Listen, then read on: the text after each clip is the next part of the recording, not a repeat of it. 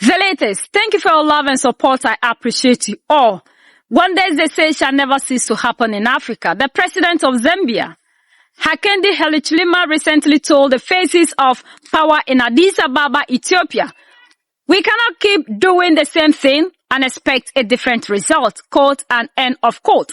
But today, we see the African Union doing something even worse than nothing.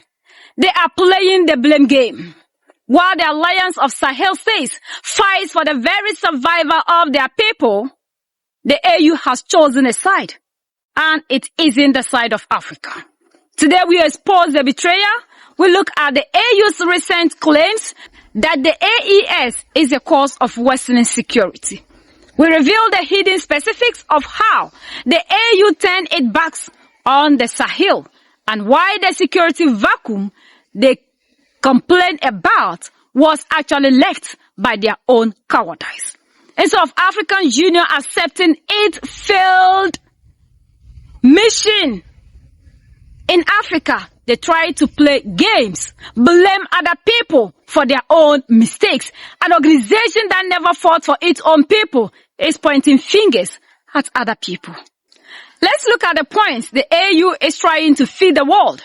In their latest session, they claim that by withdrawing from ECOWAS and the G5 Sahel, the AES, Mali, Niger, and Burkina Faso has created a dangerous gap. They say the security situation has worsened because of the AES Defense Pact. Can you believe the audacity? They blame the soldiers on the front line for the fire while the AU sat in air-conditioned rooms in Ethiopia and watched the Sahel burn for 10 years. The specifics of the betrayal. The AU points to the surge in attacks as proof that military governance fails. But they hide the fact that for a decade, Western-led missions like MINUSMA and Bakken had billions of dollars and still let the terrorists expand. The AU only started caring about security when Africans started making its own decisions. They aren't worried about the terrorists. They are worried about losing their integration, funding from Brussels and Paris. The same people who always sit down and watch democratic leaders changing constitutions to favor themselves to continue to be in office. We see what happens during our elections, how people are losing their lives. But look at where AU is pointing fingers at. As Professor Nyamson often says, the AU has become an instrument of neocolonial repression. They hide behind the Lomé Declaration, their rule against unconstitutional changes of government. They use this rule to sanction the Sahel, to starve the people of Niger, and to try to freeze the bank accounts of Mali. They argue that military governance is the problem. But let me ask you, what is more unconstitutional than a government that allows the people to be slaughtered while it waits for orders from a foreign capital? The AU is blaming the AES for instability to cover up their own failure to implement the silencing the gun initiative. They promise to end conflict by 2020. It is 2026. And the only guns they want to silence are the ones protecting the African people from those who want to steal our code. Why is African Union not talking about its failed mission by 2020? Why is African Union not taking responsibility for all that is happening in Sudan, Congo? And African Union can only side with the oppressor to tell us how we have failed. The AU says the AES is isolating itself. No. The AES is liberating itself. The AU complains about security vacuum. But who filled that vacuum? When France left and the AU did nothing, the AES leaders stepped up. They didn't wait for a task force. They never arrived. They created their own collective defense. They didn't wait for the IMF. they reclaim their gold. 94 tons in Bamako alone. The AU is blaming the AES because the AES is a threat to the old guard. If Mali, Burkina, and Niger succeed in securing their borders and refining their own minerals, the rest of Africa will ask, why do we need the AU in its current form? The AU isn't defending democracy. They are defending their own jobs. They are defending a system where African leaders meet to discuss Africans' problems with European money. This is what they always do, because even the former AU chairman told us that about 70% of their funding is coming from European Union. So how can this organization ever fight for the African liberation? Even if you can do it, do not blame the people who are doing the good job. Like the Zambian president said, the architecture of the AU is broken. You cannot have a union that punishes its members for being brave.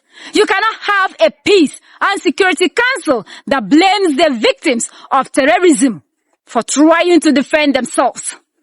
The Sahel didn't betray the AU. The AU betrayed the Sahel by siding with the sanctions and the Western narrative. The AU has shown that it is a top-heavy organization out of touch with the African streets. The AES is a new heartbeat of the continent. They are doing the work the AU was too afraid to do. Why can't these people ever appreciate the good things that we have in Mali, Niger, and Burkina Faso? The truth is out. The AU is trying to shift the blame, but we see them. We know who is truly fighting for the soil. How can AU ever blame Mali, Niger, and Burkina Faso when even the French people, when even the Americans, when even the people who are chasing after Mali, Niger, and Burkina Faso and the whole continent are telling the whole world what they are doing to us? For how long will we continue to have this organization fighting against the progress of Africa? Everybody is praising the leaders in Mali, Niger, and Burkina Faso. But this organization is trying to blame our leaders. We ask you, African Union, when the democratic leaders were in Mali, Niger, and Burkina Faso, were there not these insurgencies there? Look at even Nigeria, which you claim is under constitutional rule. What about the Boko Haram activities, the ISIS, that under your nose? Last year, December 2025, the United States has to come in to bomb ISIS. Why don't you talk about your failed mission? How you have failed protecting the people. The chairman of ECOWAS rightfully told you that you are protecting borders instead of protecting the people.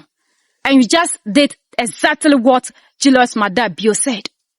You only protect us in speech.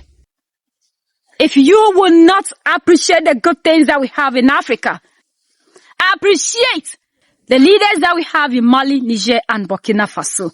And now we do not want any of the people in Africa who are not fighting in the interest of the people to tell us what is right and what is wrong. Because we cannot see clearly.